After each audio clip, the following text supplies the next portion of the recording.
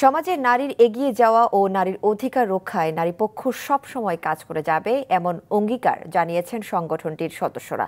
প্রতিষ্ঠার ৪০ বছর পূর্তি উপলক্ষে গণমাধ্যমের সাথে সংগঠনটির মতবিনিময় সভায় আয়োজন ছিল রাজধানীর সিরডাপ মিলনায়তনে। সেখানে বক্তারা জানান, বীরাঙ্গনা নারীদের সরকারি স্বীকৃতি, ৭১-এ যুদ্ধ সন্তানদের রাষ্ট্রীয় মর্যাদা, যৌনকর্মীদের সুরক্ষা, নারীর স্বাস্থ্য সুরক্ষা সহ নানা ইস্যুতে কাজ করে নারীপক্ষ। সামনের দিনেও এই কাজ অব্যাহত থাকবে।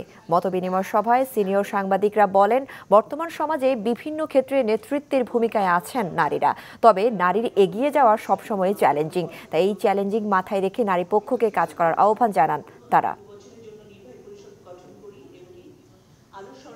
সে বাংলাদেশ পুনর্গঠন, এই সমস্ত সবগুলো জায়গাতেই বাংলাদেশের নারীর অবদান আছে বললে আমার ধারণা কম বলা হয়। আমি বলবো যে এই সমস্ত জায়গাতে নারীরা সামনে থেকে নেতৃত্ব দিয়েছিল। আমাদের মুক্তিযুদ্ধের যে মূল স্পিরিট, একটি জাতি রাষ্ট্র গঠন, যেটা বাঙালিত্ব, যেটা বাংলার প্রাণভোমরা, সেটাই আসলে বিসর্জন দিয়ে ফেলেছে।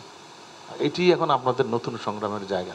আমরা আসলে যে জায়গা থেকে মানুষের কথা বলবেন, যে জায়গা থেকে ছড়িয়ে দেওয়ার কথা, যে জায়গায় গিয়ে আপনার একটা জনমত তৈরি করবেন, সেই গণমাধ্যমে নারী অবস্থা কিন্তু খুবই খারাপ।